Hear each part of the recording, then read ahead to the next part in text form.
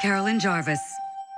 For most Canadians, minimum wage is barely enough to get by. So picking vegetables on a farm or cleaning a hotel room isn't a very attractive job.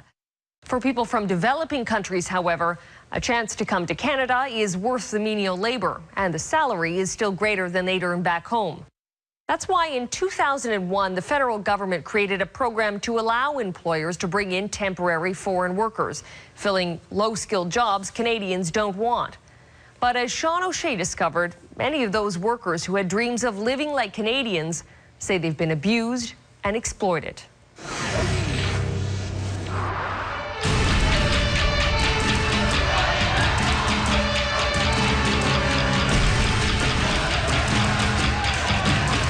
On May 1st every year, workers here and around the world march for labor rights.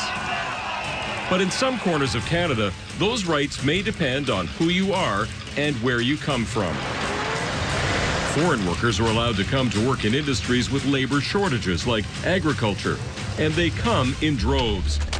Thousands of foreign workers are happy to get low-skilled, low-paid jobs Canadians don't want. They travel to thriving agricultural hotspots like Leamington, Ontario. But behind this pastoral country scene, there are ugly stories of Canada's disposable workforce. It was exciting because this is an opportunity to come to Canada for the first time. For Supapor and Sri Udom, working in Canada seemed like a great opportunity to provide for family back home. They encourage us with an opportunity to make lots of money. She's part of a group of Thai and Mexican workers. They say they found themselves trapped in a foreign country, saddled with debt, and unable to escape an abusive employer. I've been here for 5 years, and I want to go home to see my children, but still can't return home. Supaporn says recruiters charge between $10,000 and $12,000, but the promises made it seem worthwhile, so she put her house and farm on the line to borrow that money. They promised us salary and overtime payment. We thought of the amount of money they had said, but it had never happened. What Supaporn didn't know is that it was against the rules for that recruiter to charge for getting her a job. And she didn't know that her new employer, this man, may have been breaking the rules too. We worked in the outdoor farm for about 3 months, and then we moved to the fish farm. That put them in immediate danger because they were in violation of their work permits. Lawyer Nikki Lundquist represents Supaporn and 41 others in a human rights complaint against their former employer, Prestige Foods. None of them that I've seen, at least, had Prestige on their work permits. Lundquist alleges Prestige discriminated against the Thai and Mexican workers and took advantage of their vulnerability. They're in a situation of debt bondage and they arrive in the country. You know, it was clear what would happen if they didn't obey, and that was they would get sent home. In the complaint, workers say they were asked to sign their passports over to the company. And then there were the living conditions. This cramped bunkhouse is where some of the women slept until it was shut down. There was exposed wiring, all of the windows were covered by bunk beds, and it appeared to be a safety concern. So the fire department was called and they shut down the bunkhouse that day. But most damning are the allegations against the employer, Josie Prattis. The former owner of Prestige Foods was charged with 23 counts of sexual assault and 5 counts of common assault in 2008. Most of those charges were eventually dropped.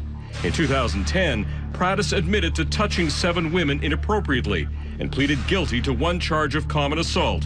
He was sentenced to time served and 3 months probation. I can tell you without any equivocation that not one of those women felt that justice was served that day. The human rights case is still pending. Both Prattis and Prestige Foods deny the allegations. The workers have been allowed to stay in Canada for now. Meanwhile, Josie Prattis has since sold Prestige Foods and is now president of this vegetable farm in Leamington. We wanted to give Prattis a chance to tell his side of the story, so we asked for an on-camera interview. He agreed to meet us at this cafe to discuss it. I'm Sean O'Shea, Global News 16/9. It's my business card. First, Prattis denied any knowledge of the human rights complaint against him. I was never notified of people. They haven't been notified of anything like that. Then he denied knowing about the workers' house at Prestige Foods being shut down. I don't know nothing about it. You don't know anything about the fact that in 2008 the health department shut it down. When we again asked for an on-camera interview, Prattis refused and ended the meeting, but we still had more questions. I mean, Mr. Prattis, what happened with these migrant workers? Did you treat them fairly? You want to tell this to get the hell out of here? Or not? We haven't even started talk. Well, I think I want to talk to you on the record, sir. Forget it then. But you're saying you know nothing about this tribunal. I mean, what happened with these women? What does this wants with that camera? I'm trying to get your side of the Tell story. him to get it. Your side. My side of the story is not going to be. Well, so far you haven't acknowledged anything. I mean, the assault that you were convicted of, you agreed with the court that you were acting inappropriately. You pleaded guilty. I did not agree. I did not plead guilty. So don't get ahead of yourself. You did plead guilty, sir. No, I did not. Finally, Prattis invited us back to his current farm, where he continued to deny everything, even his guilty plea. He claims the union that represents the workers is out to frame him, and he never did anything wrong. The foreign workers, you honestly believe that you treated them fairly? Honestly believe that I did more than what I was supposed to. Even though they're saying right up until this month that you mistreated them, that you overworked them, you worked them 7 days a week, you worked them 15 hours a day. Lie. That is a pure lie. Despite the human rights complaint and his criminal past, Prattis told us he's still using foreign workers. Nikki Lundquist says enforcement is just one of many problems with the low-skilled temporary worker program. The problem with the program is so fundamental that I can't even say anything decent about it. I really can't.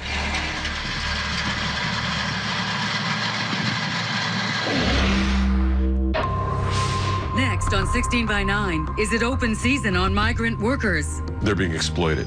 Yeah, here you go. Exploited and forced to work.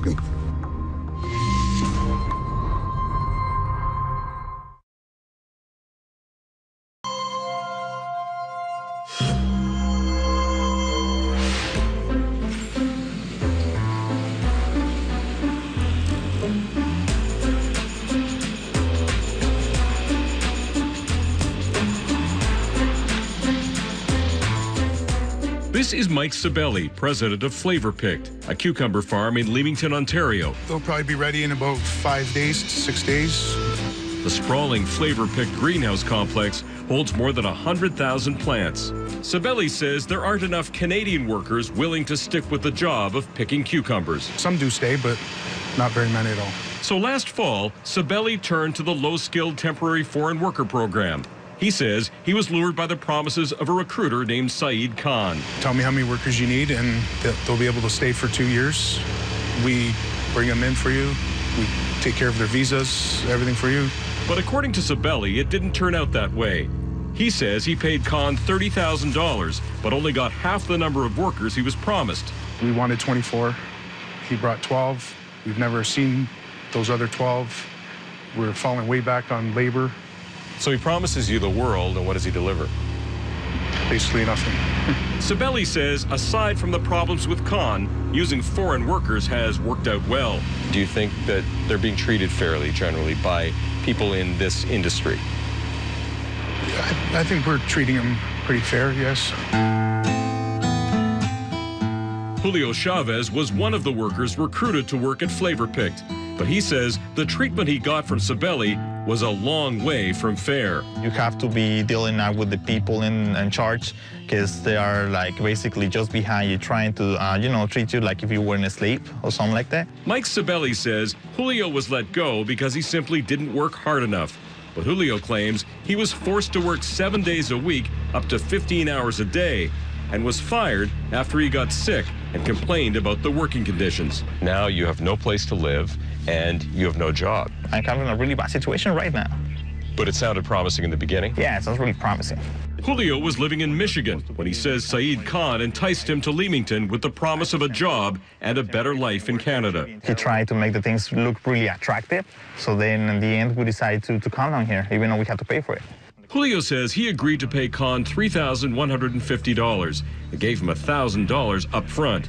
He thought that money would be his ticket to permanent residency. He promised that if you did this, you'd be able to become eventually a resident of Canada. Exactly. And you know now that that was not true. Yep. So he lied to you. Yep.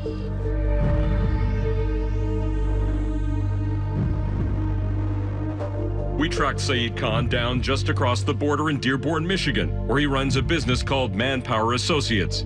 He claims he never promised Julio Canadian residency, but he did suggest it was possible. We never say it is a ticket to come to Canada, but we do mention you have a right to apply for permanent residence from within Canada. He says the $1,000 Julio paid him was for services, helping with paperwork for a social insurance card and driving him to town to get groceries, not for finding him a job. He claims Flavor Pick didn't get the workers they asked for because they failed to provide the required health insurance. He agreed Julio was treated badly, but was quick to point the finger back at Mike Sabelli and Flavor Picked. It is the employer who is responsible for all the all housing and everything. There are lawyers and there are other people on behalf of some of these migrant workers who are very unhappy with the way that some of these people are treated. You said yourself that yes. Some of them are being abused. Yes. They're not being treated according to the contract. Absolutely. The employer thinks they are God, they can do anything they want because the people they have they don't want to leave Canada, so they are forced to work under any terms. Amazingly, Khan admits he's part of a system that routinely allows employers to violate the labor rights of temporary foreign workers. No matter what you do, you abuse them or you keep them slaves, they like to stay and work to make few dollars. But you acknowledge that some of these people are taking advantage of some of these people? Very much. Or most of the people? Most of the people. And do you not feel bad about sending them into these conditions? Well, I do feel bad. But apparently not bad enough to report abuses to the authorities. After all, he's got a business to run too. My problem is that I wish you don't say all that because most of the greenhouses owners are dealing with me in Leamington and in Ontario. Once they will see me saying that, they will say, kick out from here. Don't come here. I hope you don't do that. Don't put me out of business.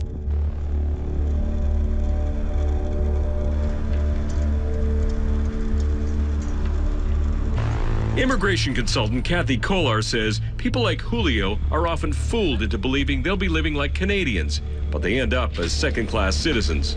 I feel like there are two Canadas. There is the Canada for citizens and permanent residents, and then there's another Canada, and that's the Canada in which people living with less than full immigration status exist. 4 provinces, Manitoba, BC, Alberta, and Nova Scotia, are taking steps to protect workers. But Kolar says, ultimately, Ottawa has to take responsibility. This is their program. They're the ones who have allowed this to expand.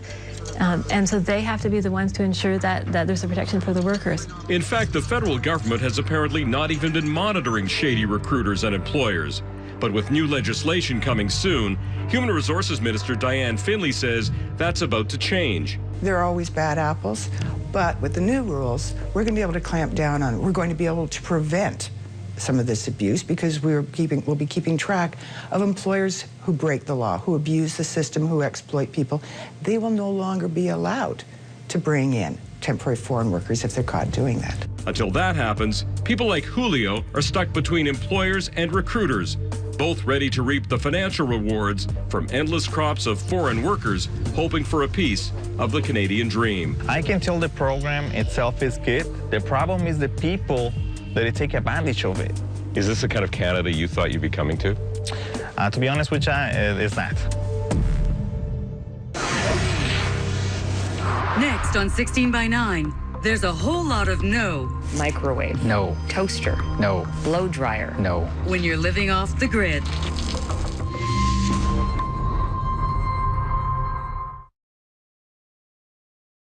And where you come from.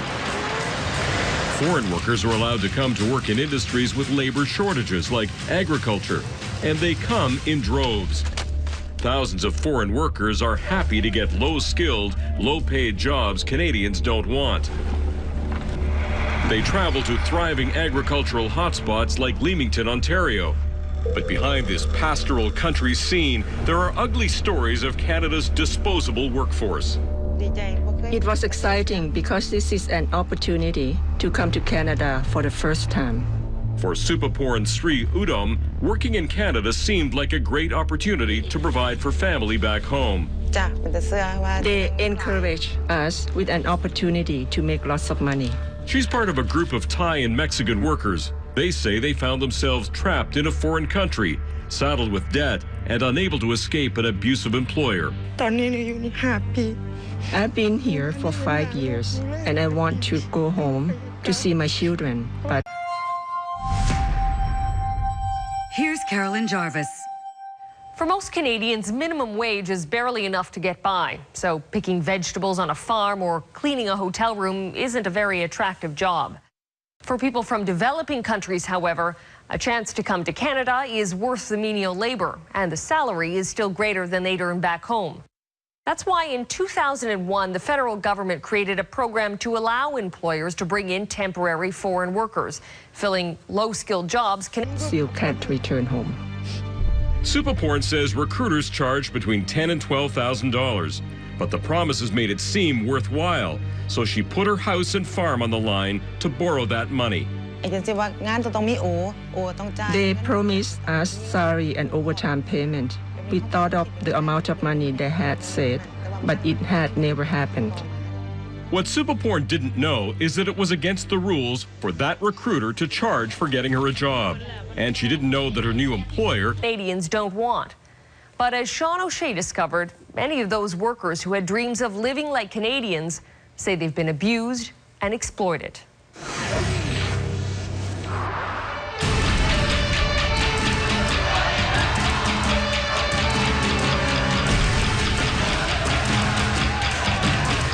On May 1st every year, workers here and around the world march for labor rights.